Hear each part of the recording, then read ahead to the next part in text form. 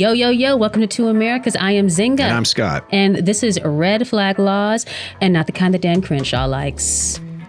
This is a quick segment that we do where we basically give a good piece of advice on what to avoid in the opposite sex. So I will give a piece of advice for the ladies, and Z will give a piece of advice for the fellas. Why don't you go first today, Z? Fellas. One red flag that you want to be mindful of while you're out there dating is women that have dated a lot and have been in a lot of relationships but haven't grown. Be very careful with women that haven't grown or won't grow. I think the best example that I can think of at the moment is a relationship that's on display for everyone to see, which is Kim Kardashian and Kanye West. Now, these are celebrities and they kind of seem to be out there and like on a different planet. They're not. They're human beings just like us. They just may be more talented and have more surgery than we have. But the one thing about Kim Kardashian is she clearly hasn't learned from the 3, 4, or whatever marriages that she's had. And you can tell because she just jumped into another relationship with Pete Davidson. First of all, why? I will never know. What is it with that guy that women like? I don't get it, but it's neither here nor there. The point is if I was related to... Excuse me. If I were related to Kanye West, if I was his really good friend, and he said, "Hey, I met this girl. Great, Kanye. What's she like?" "Well, her name's Kim Kardashian." I'd have been like, pump the brakes.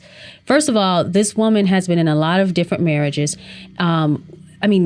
You know, 2 marriages, okay, but 3 and 4, there's something wrong here. Has she actually learned from them? If you go on a date with a woman or several dates and you find out that she's been in a couple marriages or she's been in several long-term relationships, and you say, you can ask this is perfectly okay to ask, what did you learn from those?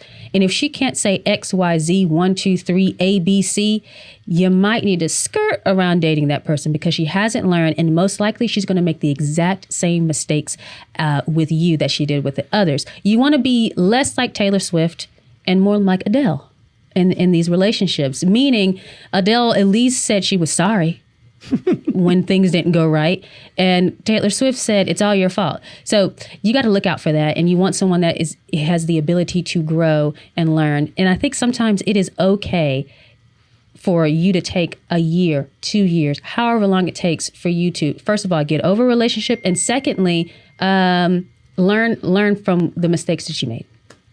That's a good piece of advice. All right, ladies, my red flag for the day.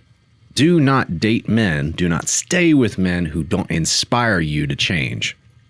Biggest problem that I see a lot in society now is that women are all activated, right? They're all independent, they're all capable, and all these sorts of things. That's cool. But the entire point of a relationship is to have a male and a female come together like a superpower couple to form a new being, a new family unit, right? Yep. And so if you've got a boyfriend that you're flouncing around with and you're showing him off because he looks good in his jeans, he's good in the sack, maybe he's got a nice car, maybe you just really like the job that he has and you want to be able to virtue signal to your friends that he's an environmental justice lawyer for such and such firm, you're missing the point of what a relationship is supposed to be.